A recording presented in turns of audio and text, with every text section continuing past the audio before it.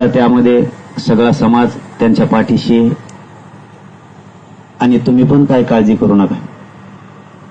कोणाचा बाप जरी आला ना तरी ते मॅटर मी दबू देणार नाही.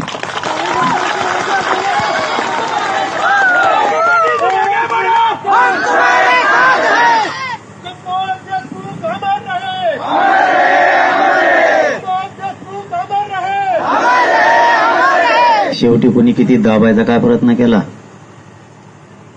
जसं मी या समाजाला मायबाप मानतो, या समाजाचा मुलगा आहे तसा मुलगा म्हणून त्या कुटुंबाच्या पाठीशी मी आणि या राज्यातला मराठा समाज खंबीर उभा आहे. त्यामुळे इथून पुढच्या काळातही कोणी काळजी करायची काय गरज नाही. फक्त जरा कडवटपणा तुमच्या अंगात येऊ द्या, कट्टरता तुमच्यात थोडी असू द्या. कारण अन्याय नुसता सहन करण्यासाठी पण आपण नाहीये. जर आपले लेकरच संपन्नार असले तर जसे